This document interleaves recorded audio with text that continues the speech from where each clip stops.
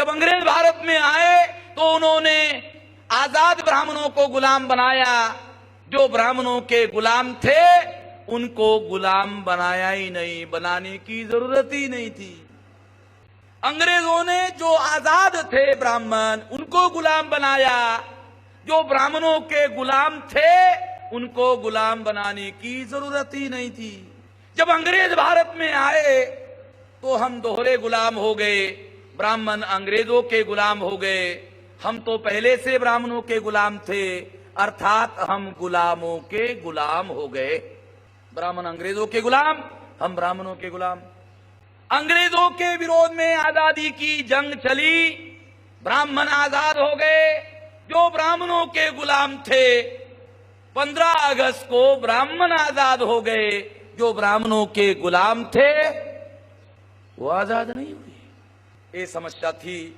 इस समस्या के लिए बाबा साहब अम्बेडकर ने अपने आजादी का आंदोलन अलग रखा था और अंग्रेजों को कहा कि ट्रांसफर ऑफ पावर को मैं मान्यता देने के लिए राजी नहीं हूं, मैं संविधान को भी मान्यता देने के लिए राजी नहीं हूं, ऐसे किसी संविधान को मैं मान्यता देने के लिए राजी नहीं हूं जो हम लोगों को संवैधानिक अधिकार देने के लिए तैयार नहीं है।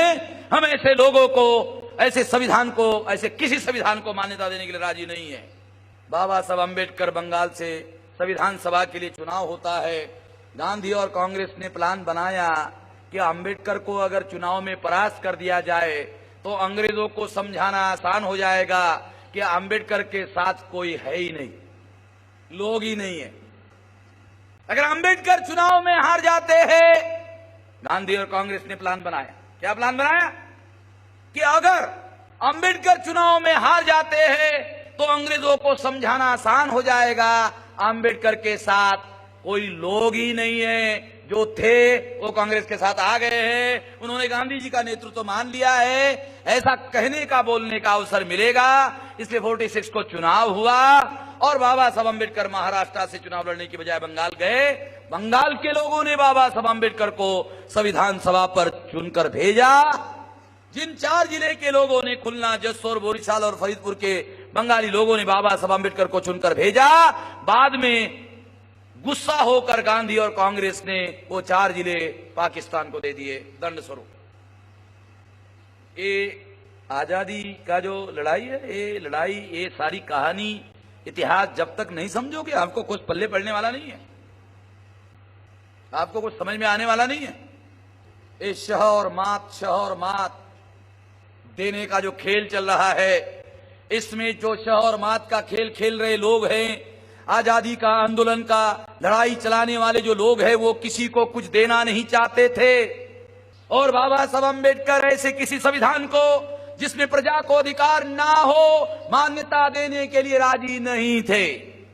जब बाबा साहब अम्बेडकर संविधान सभा पर चुनकर गए तो गांधी और कांग्रेस की वो योजना विफल हो गई और मजबूर होकर गांधी और कांग्रेस को बाबा साहब अम्बेडकर को मान्यता देना पड़ा।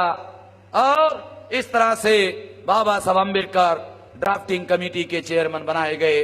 बाबा साहब अम्बेडकर संविधान सभा के अंदर जो एक कमेटी थी, संविधान लिखने वाली प्रारूप समिति, संविधान लिखने वाली कमेटी, जिसको अंग्रेजी में ड्राफ्टिंग कमेटी कहते हैं, उस कमेटी का चेयरमैन बनाया गया। संविधान सभा का चेयरमैन डॉक्टर राजेंद्र प्रसाद और संविधान लिखने वाली समिति का चेयरमैन बाबा साहब अम्बेडकर। ध्यान रखना, कंफ्यूजन हो जाता है बहुत सारे लोगों का। मान्यता देने वाली जो हाउस है उसका चेयरमैन डॉक्टर राजेंद्र प्रसाद और संविधान लिखने वाली जो कमेटी है उसका चेयरमैन बाबा साहब अम्बेडकर। मजबूर होकर गांधी और कांग्रेस को बाबा साहब अम्बेडकर को ड्राफ्टिंग कमेटी का चेयरमैन बनाना पड़ा। ये गांधी जी की मजबूरी थी, ये गांधी जी का उपकार नहीं था। ध्यान रखना, कांग्रेस के लोग इसको उपकार के तौर पर प्रचार में ला सकते हैं। अगर गांधी जी ने और कांग्रेस ने उपकार किया होता तो उस समय के अखबार वाले जरूर लिखते, उस समय के अखबार वाले एडिटोरियल भी लिखते कि गांधी जी ने बाबा साहब अम्बेडकर पर उपकार किया, ऐसा जरूर लिखते। अगर उस समय के अखबार वालों ने नहीं लिखा, न एडिटोरियल लिखा, न खबर दिया, तो इससे प्रमाणित होता है कि उस समय का फैक्ट कुछ अलग था, आज की परिस्थितियां कुछ अलग है। आज गांधी के साथ कांग्रेस को बाबा साहब का फोटो लगाने की भी सारी समस्या हो जाती है, कारपोरेशन में भी लगाना पड़ता है। कांग्रेस की जो स्थिति है आज और उस समय जो स्थिति थी, इसमें बहुत अंतर आ गया है। वार्ड का जो मेंबर होता है ना, वार्ड का कारपोरेटर, वो कारपोरेटर को भी बाबा साहब का फोटो रखना पड़ता है, कांग्रेस का जो उसको भी रखना पड़ता है। ये परिस्थिति में जो बदलाव आया हुआ है, ध्यान रखो। इसलिए कांग्रेस के लोग ऐसा प्रचार कर सकते हैं कि ड्राफ्टिंग कमेटी का चेयरमैन बाबा साहब अम्बेडकर को गांधी ने उपकार के तौर पर बनाया। गलत, 200% गलत। ये पॉलिटिकल डिसीजन था, ये पॉलिटिकल डिसीजन था। जैसे हमारे लोग कहते हैं कि बाबा साहब अम्बेडकर संविधान के महापंडित थे, इसलिए बाबा साहब अम्बेडकर संविधान लिखने वाले कमेटी के चेयरमैन बने, ये भी गलत। कांग्रेस के लोग कहते हैं कि बाबा साहब अम्बेडकर को हमने चेयरमैन बनाया, ये भी गलत। दोनों गलत बातें। इतिहास क्या कहता है? इतिहास कहता है कि मजबूर होकर बाबा साहब अम्बेडकर को ड्राफ्टिंग कमेटी का चेयरमैन बनाया गया, क्योंकि बाबा साहब अम्बेडकर इसकी वजह, अगर ऐसा नहीं होता तो उन्होंने घोषित किया था कि हम संविधान को मान्यता देने के लिए राजी नहीं है। और इस तरह से साथियों संविधान बनाया। बाबा साहब अम्बेडकर ने जो आजादी से हमारे लोग आजाद नहीं हुए थे, देखना दो बातें, आजादी से वो आजाद हो गए थे, हम नहीं। जो लोग आजादी से आजाद नहीं हुए थे, उन लोगों की समस्या बाबा साहब अम्बेडकर के सामने थी। उनको आजादी कैसे दिलवाई जाए, वो आजादी कैसे मिलती? संविधान में लिखे हुए अधिकार मिलते तो उनको आजादी मिलती, लिखे हुए अधिकार नहीं मिलते तो उनको आजादी नहीं मिलती। इसलिए बाबा साहब अम्बेडकर ने संविधान तैयार किया, 395 आर्टिकल का संविधान तैयार किया। 69 आर्टिकल अनुसूचित जाति, जनजाति, अदर बैकवर्ड क्लास और धर्म परिवर्तित मूल निवासियों के लिए लिखे। 25 नवंबर 1949 को संविधान सभा में संविधान पास हुआ। 25 नवंबर 1949 को संविधान सभा में संविधान पास हुआ। 26 जनवरी 1950 को संविधान भारत में लागू किया गया। दो बातें, संविधान की पास होने की तारीख अलग है और संविधान भारत में लागू होने की तारीख अलग है। संविधान लागू किया गया, उसको लगभग 1 महीने का समय बाद में, 1 महीने के 1-1.5 महीने, 25 नवंबर यानी लगभग 2 महीने के बाद संविधान भारत में लागू किया गया। 26 जनवरी 1950 को भारत का संविधान भारत में लागू किया गया।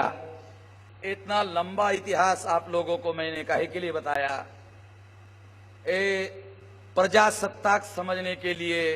ये जो आजादी के आंदोलन में ये सारी बदमाशी चली, ये जिन लोगों ने बदमाशी चलाई, वो लोग क्या आप लोगों को जो संवैधानिक अधिकार मिले, उस संवैधानिक अधिकार के लिए वो जो सहमति ही नहीं थे, मजबूरी थी, जो सहमति नहीं थे, वो लागू करने के लिए आजाद भारत में उन्होंने जो बदमाशी की, उससे प्रमाणित होता है। साथियों, 26 जनवरी 1950 को संविधान लागू हुआ। पहले क्या था?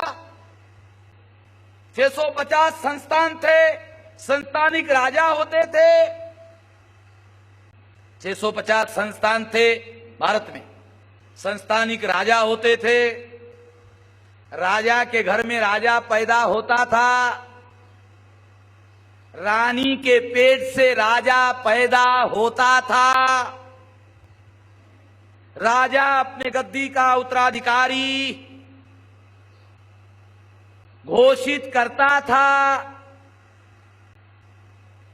3 बातें, राजा के घर में राजा पैदा होता था, रानी के पेट से राजा पैदा होता था, राजा अपने गद्दी का उत्तराधिकारी नियुक्त करता था। 26 जनवरी 1950 के पहले 26 जनवरी को क्या हुआ? 26 जनवरी को संविधान लागू हुआ और लागू होते ही भारत को। नेशनल दस्तक की आपसे गुजारिश है कि अगर इसको बचाना चाहते हैं तो नेशनल दस्तक को सब्सक्राइब करने के लिए रेड कलर के सब्सक्राइब बटन को दबाएं, फिर बेल आइकन की घंटी दबाएं। नेशनल दस्तक को बचाने के लिए बहुत जरूरी है कि हर खबर को शेयर करें, लाइक करें, कमेंट जरूर करें।